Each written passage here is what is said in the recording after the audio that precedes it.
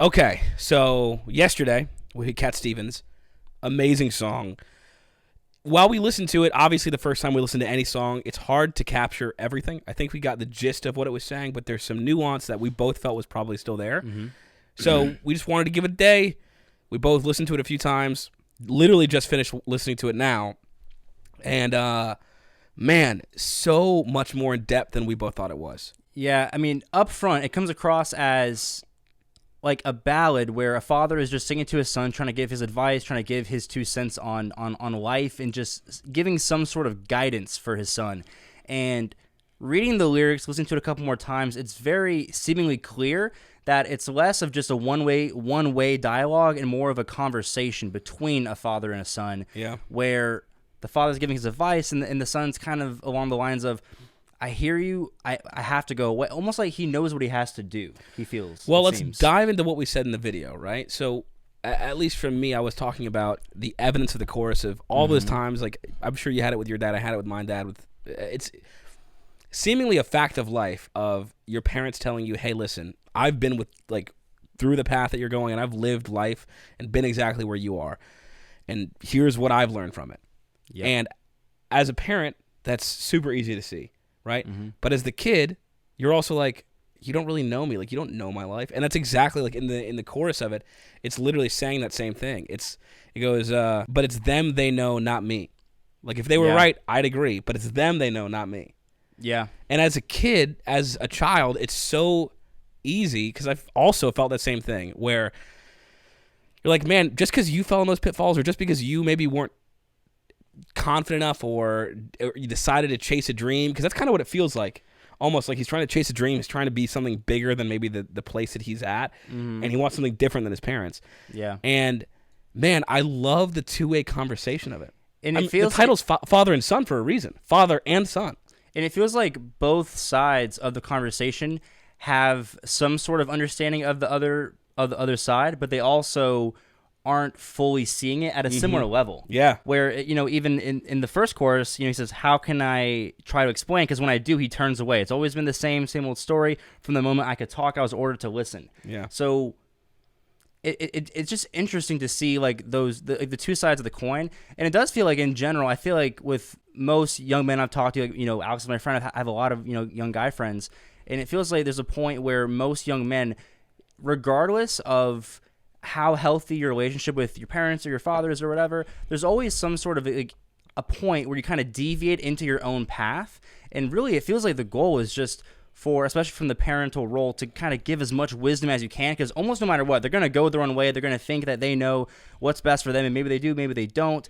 But it's just a matter of, like, that just seems like a common trend, I feel like. There's some sort of deviation that kind of happens. And usually it's, I think, in the early 20s kind of range, it seems. I think it's earlier than that, dude. Yeah. I think it's like teens to early 20s. That's like the time in your life where you're making decisions. I know tons of friends that, went to college, didn't go to college, took a job, didn't take a job, moved, didn't move. And those decisions, you can make so many impactful things for the rest of your life, from like the ages of 16 to like 25. Yeah. And I think you're right with both sides. It's equivalent of not listening, where the parents sometimes, I mean, I've had that in my own life where, I'm not listening to guidance that I probably should listen to. And I look back and I'm like, oh dude, that's such good guidance. Why didn't I take that? Yeah. And I've also equally looked back and been like, man, I'm so glad I didn't listen to that guidance. Yeah. I'm so glad I worked my ass off in this particular field, or did this thing where people were like, that's dumb, you shouldn't do that. I mean, even as far as the channel, like, with we're concerned, like, we did not always get, whether it was from parents or loved ones or whoever else, this was like not always, everyone was like, oh man, not everyone, but a lot of people were like, oh, why are you focusing on that? You should focus on something different. And my mindset was always like, why not focus on a million things at once? Yeah. Yeah, so I don't know. I think it's just such a cool in-depth conversation, especially the nuance of both of it together. And I'm really glad it was mostly Andy. He was like, I think we should take another look at this, because there's so much more depth that I just didn't see. Yeah, I think really the lyric dive helped paint that picture, because in the lyrics you see, it's very clear to see who is talking in each section. Yeah. And it just gives that extra layer of understanding.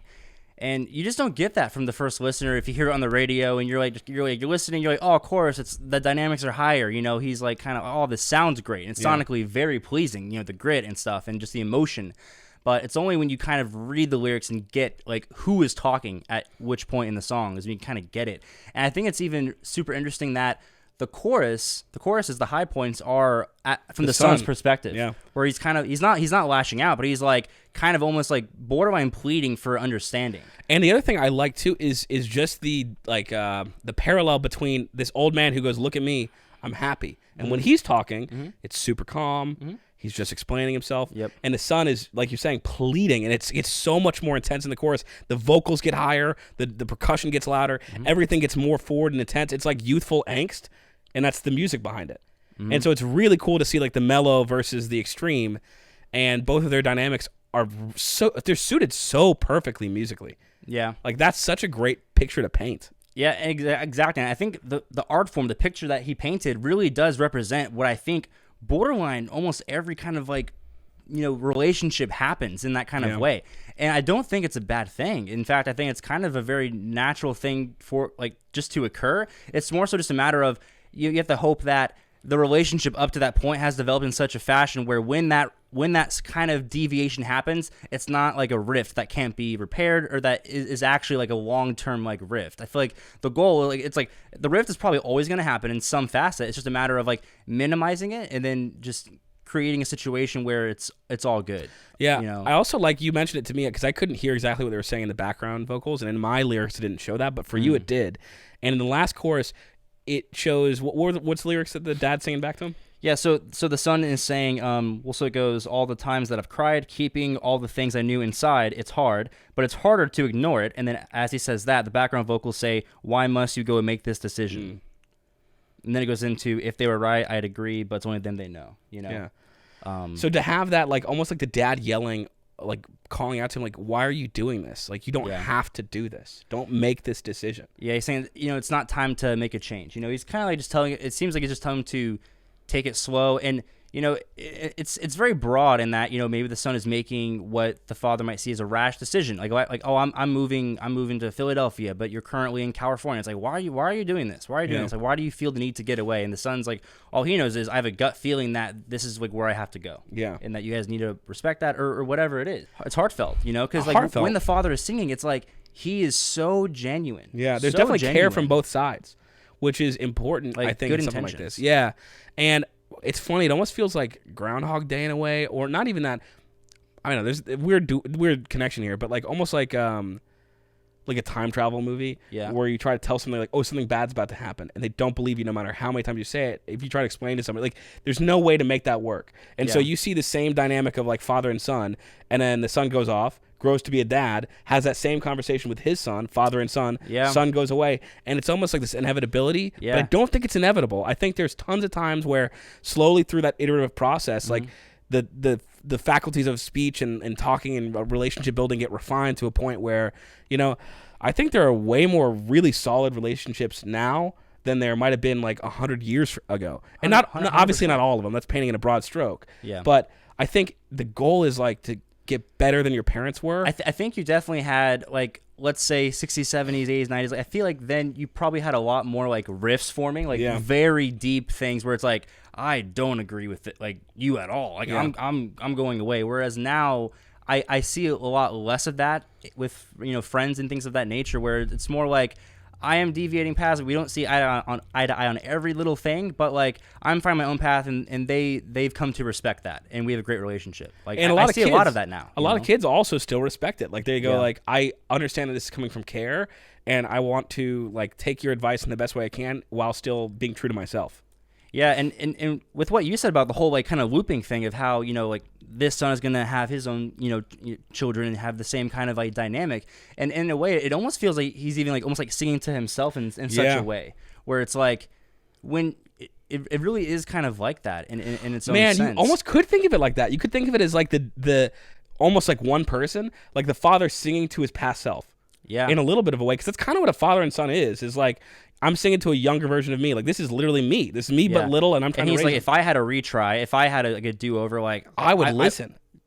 So and that's where there is the wisdom to heed and just. But there is the generational differences, and times are different, people are different. Also, when you have a son or children, they are their own individuals and have their own ideas and dreams for themselves. But it is just a matter of, it feels like trying to grab onto that wisdom, like, and still use it. Because I feel like it'd be a waste for a son or a child to not listen at all. That'd be very, I feel like, childish and not very wise of them to do. So it's a matter of like grabbing all the wisdom that applies. So like taking things with grains of salt, but not dismissing like as if like there's like a drop of poison that poisoned the whole barrel. You know what I mean? But more so just taking what you can apply. Yeah. But good conversations, like really, really great song. Not many songs that a lot of songs we check out kind of spark conversations, but this is one in particular where like really, really deep, deep.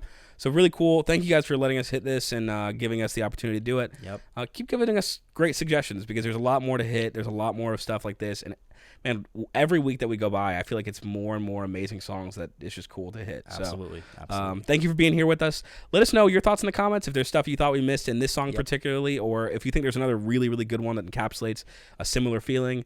Or even your thoughts on just the father-son relationship in general. Or mother-son, mother-daughter relationship. I had a great mom who raised me for most of the time. Shout out to my mom. Give us your thoughts. Yeah.